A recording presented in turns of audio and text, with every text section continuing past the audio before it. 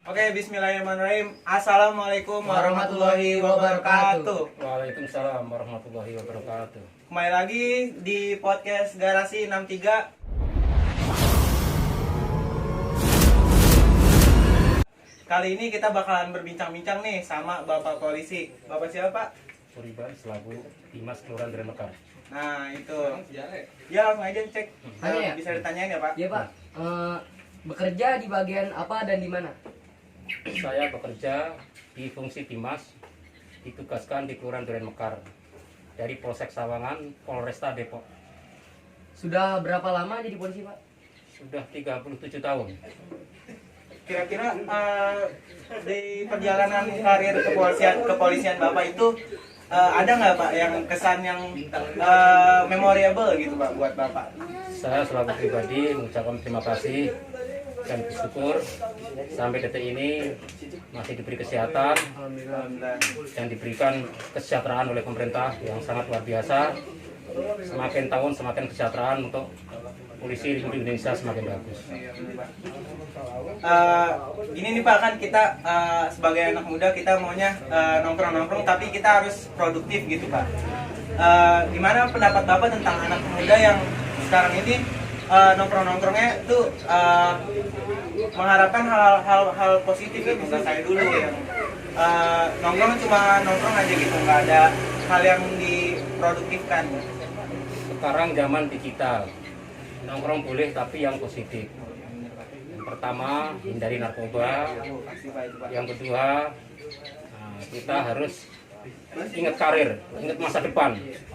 Yang penting ngobrol positif, ingat waktu.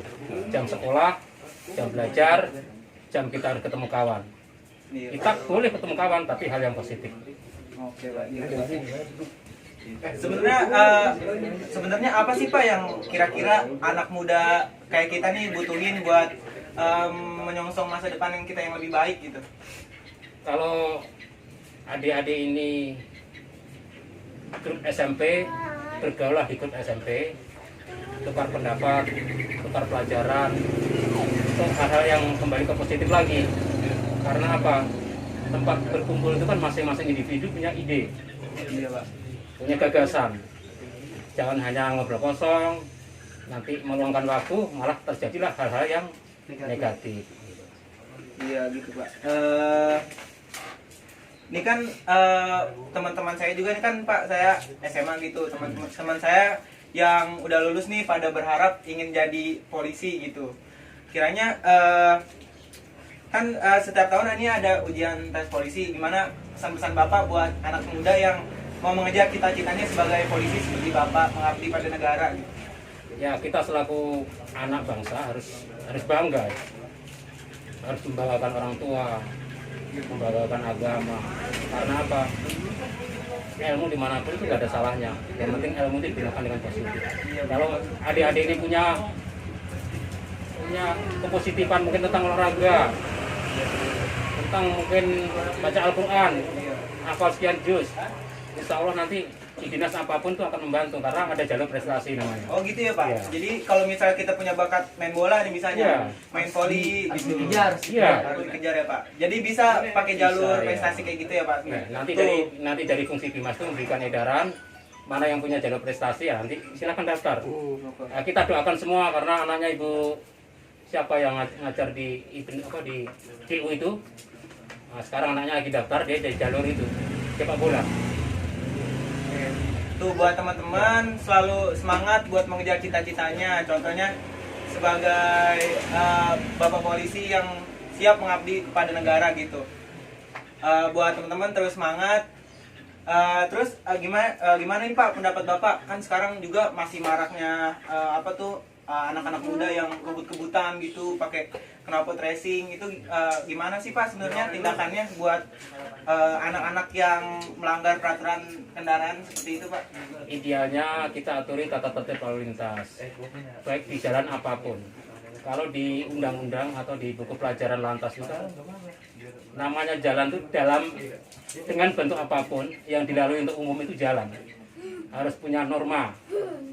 Kalau kita di jalan kelas 4 kayak di desa begini ya nggak enak dengan kiri kanan warga, karena anak siapa itu kan gitu. Jeleknya kita orang tua ke bawah, baiknya kita orang tua ke bawah.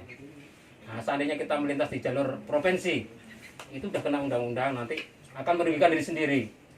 Kalau kita berbuat baik, orang akan menilai kita positif sekali. Taat tertib lalu lintas di jalan, berarti taat segala-galanya. Oh iya gitu Pak. Iya sebenarnya kebut-kebutan gitu sebenarnya nggak ada manfaatnya juga ya Pak, apalagi mengganggu kenyamanan masyarakat gitu yang pakai knalpot apa yang Racing. gitu ya Pak. Sebenarnya itu nggak boleh kan ya Pak? Ya itu memang sangat mengganggu warga dan masyarakat. Kalau memang punya bakat untuk apa ya kebut-kebutan, ada wadahnya, mungkin di Sentul atau di mana. Karena apa? Pertama mengganggu orang, kedua sama-sama pengendara kan terganggu juga. Terus belum kalau kecelakaan masa depan akan nanti pasien orang tua juga. Iya benar. Ya berbuatlah baik. Kalau berkendara yang baik kan gitu.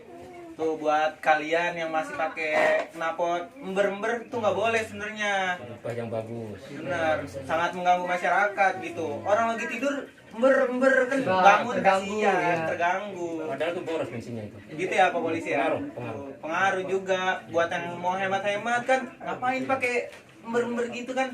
Kita yang normal-normal aja gitu. Gitu kata Pak Polisi.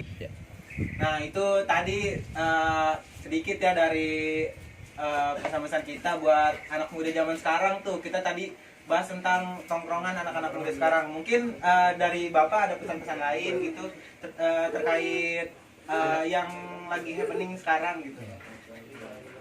Terima kasih. Assalamualaikum warahmatullahi wabarakatuh. Waalaikumsalam warahmatullahi wabarakatuh. Yang terhormat Bapak Tabroni yang telah menyediakan tempat, yang terhormat adik-adik semuanya.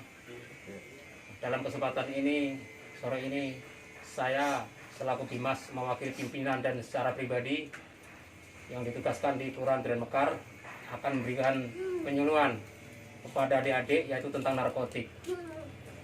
Narkotik dibagi dua, sintetis dan non sintetis. Kalau sintetis itu sudah olahan, yang asli dibentuk tidak asli lagi. Contohnya sabu, puto, Alzheimer, dan tramadol, PK, inek, itu ya sudah diolah. Kalau masih asli itu ganja, kokain, candu itu masih asli.